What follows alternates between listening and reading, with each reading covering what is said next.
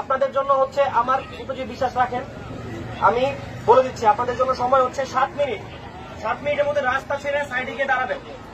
রাস্তা যদি না ছেড়েন, আপনাদের দাবি দেওয়া কোথায় গেল ওটা আমি পরে দেখবো। আগে এখানে রাস্তা আমি ক্লিয়ার করবো। আমার কথা পরিষ্কার, আমি আশা করি 7 মিনিট সময়। 7 মিনিট পরে এখানে যারা থাকবেন তারা আমার ডিরেক্ট আদেশ ভঙ্গ করছেন এবং এই জনভোগান্তি ক্রিয়েট করছেন, এই মানে পানিশেবল ক্রাইমের আন্ডারে আপনারা জেলে যাবেন।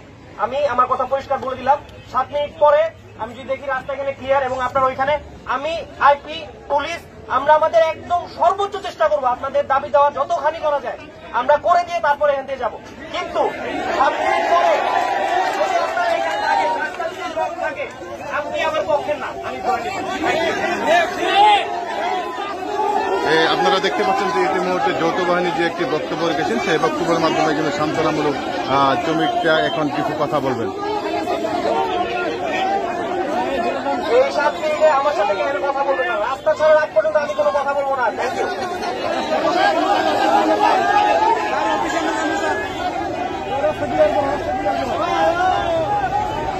রাস্তায় কিন্তু ইতিমধ্যে যে যৌথ বাহিনীর যে বক্তব্য, সেই বক্তব্য শুনে কিন্তু শ্রমিকরা ইতিমধ্যে কিন্তু রাস্তা ছেড়ে যার যার অবস্থানে যাচ্ছে।